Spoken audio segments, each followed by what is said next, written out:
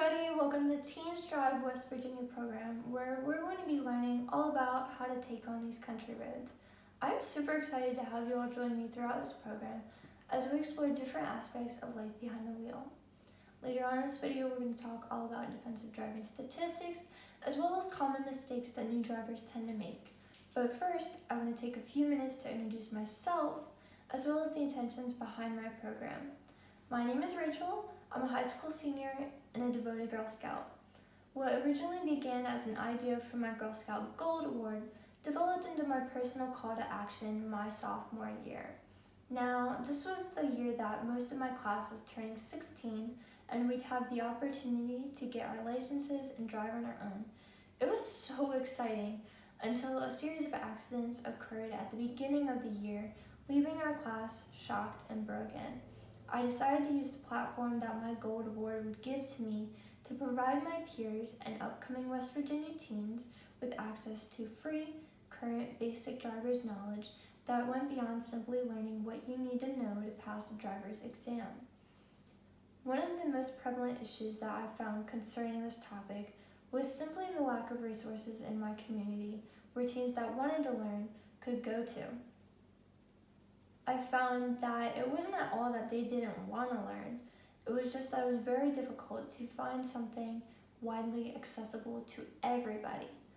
I found that driver's ed classes through the high school were very exclusive, and enrollment was often given to upperclassmen. I also noticed that participating in a defensive driving school was also sort of exclusive because not everybody has the means to travel to or take part in these classes, and they can become expensive, thus sparking the idea that creating a free defensive driving online course that teens could reference whenever they needed to.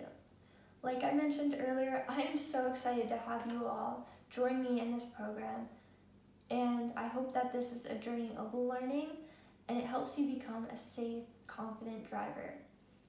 Now that I've had a few minutes to introduce myself, I want to jump right into the content because today we're talking all about defensive driving.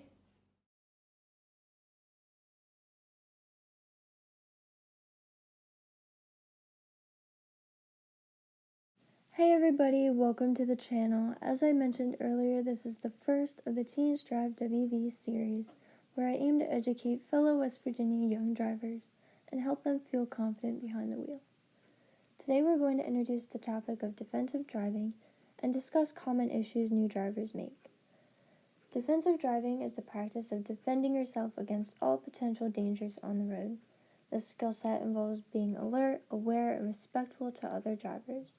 According to recent statistics from the NHTSA, there are approximately 17,250 car crashes daily in the U.S.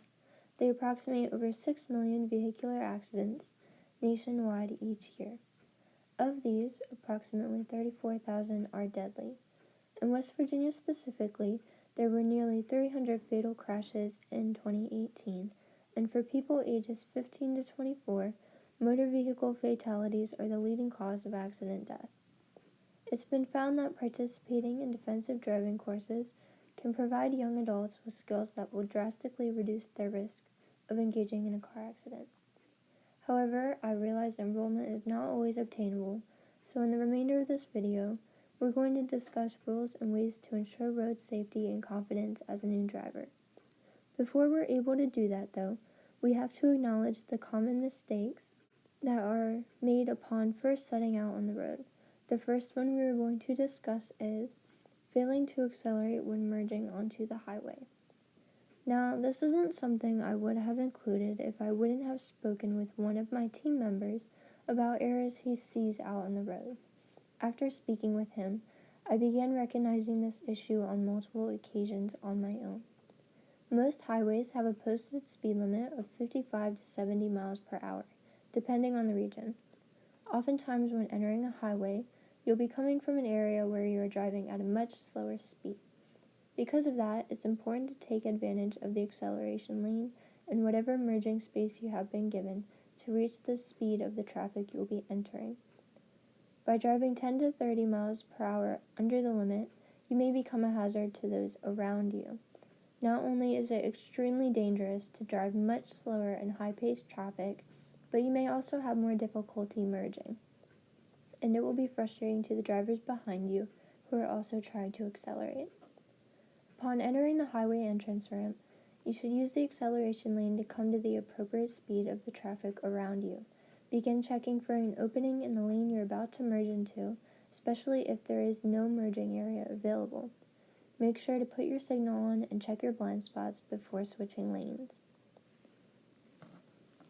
The next mistake we're going to cover is neglecting to check blind spots. A blind spot is an area of your vehicle that you aren't able to see with your mirrors. These areas are usually on either side of your vehicle, but can also be created when anything inside of your vehicle, like headrests, passengers, or items you're transporting, obstruct your view. It's important to check your blind spots when moving left or right, like when changing lanes. Ensure that your mirrors are adjusted so you can see clearly and minimize your blind spot areas. Some more recent makes and models of vehicles have blind spot detection systems that alert drivers when objects on the sides of your vehicle are detected. While these may be convenient, you don't necessarily need one. Here's how you can check manually. Use your turn signals to show other drivers you are preparing to move. Check both rear and side view mirrors to see whether you are cleared to move. Quickly check over your shoulder to guarantee that no vehicle is driving along your side or there is a pedestrian or obstruction in the way. And lastly, hold your steering wheel steadily and straight so you don't drift into the direction of intent while turning your head to look over your shoulder. The third mistake we're going to cover is following too closely to other cars. A general rule of thumb when it comes to the distance between your car and others is to follow the 3 to 4 second rule. This will at the very least allow you time to react and assess situations that could potentially be dangerous. For example, if the person in front of you brakes suddenly, you may neither have time to respond or your vehicle may not have enough time to stop. However, this rule is really only applicable in favorable conditions and should be doubled when visibility is blurred, it's raining, or you are behind large machinery or farm equipment. Next, we're going to talk about not using indicators, blinkers, and turn signals. While this is more of a reminder than a lesson, please remember to always use your turn signals. Using your turn signals is one of the easiest ways to prevent an accident, as it lets fellow drivers know where you are planning to take your vehicle. This is especially important for driving on freeways and highways where traffic is moving at a much faster pace and don't have the opportunity to suddenly stop. If nothing else, if you have ever been behind a driver that drastically slows, stops, changes lanes, or turns, remember that it is frustrating to not have a clear reason as to why. Next, we're going to talk about speeding, not driving at the appropriate speed. Now, this is another piece of advice that is mostly more of a reminder than a lesson, but it's still going to go over exactly why it is important to drive near the posted speed limit. Essentially, the purpose of a speed limit is to keep everyone safe based on the conditions of the area. This is why roads that are mostly straight and spacious like highways have limits at 55 miles per hour or above, but your neighborhood streets that will have a lot of pedestrians and foot traffic have strict limits of 25 or below.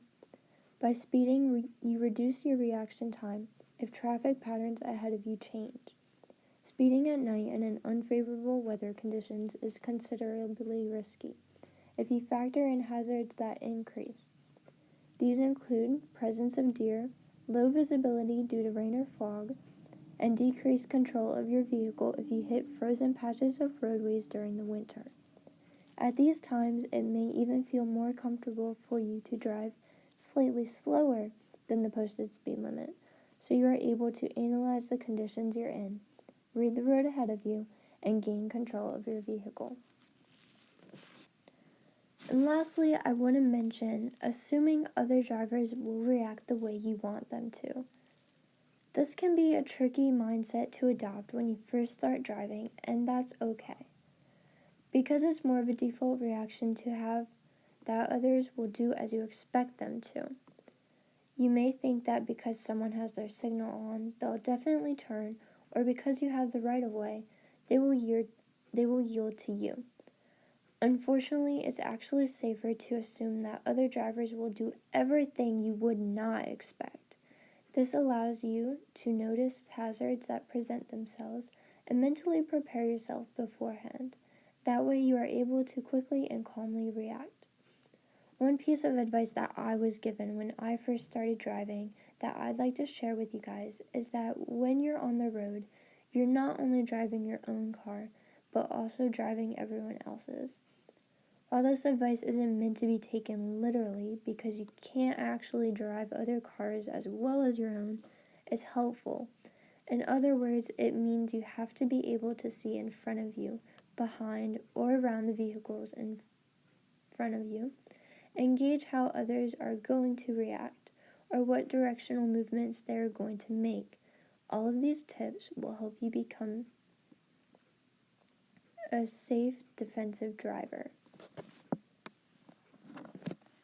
That is all of the information that I have to cover in this video, but in the next, we're going to be talking all about distracted driving and how dangerous it really is.